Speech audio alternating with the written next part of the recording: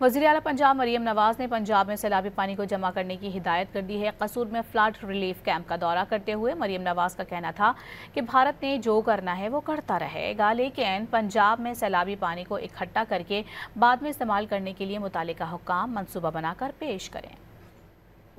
यहाँ पर मैडम इतना ज्यादा प्रेशर है, ये RRE इसको कहते हैं, जो इधर फिरोजपुर रोड के पास, फिरोजपुर रोड के नीचे एक कलवर्ट है, पुली बनी हुई है, उसके अंदर से पानी निकल रहा है बहुत 5 क्यूसेक पे।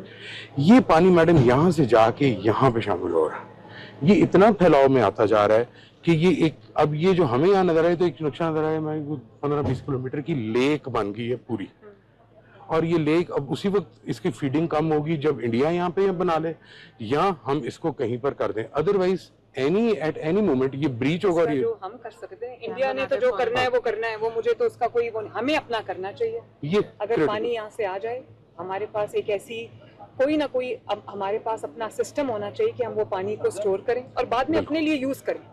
और ये ना हो कि ये सारा फ्लड हो जाए। मुझे आप अपना जो भी आपका आप अपने मेरी अपनी जो अंडरस्टैंडिंग है मैं आपको बिठाएं और आपकी नजर में जो सोल्यूशन है मुझे बताएं, आई विल डू।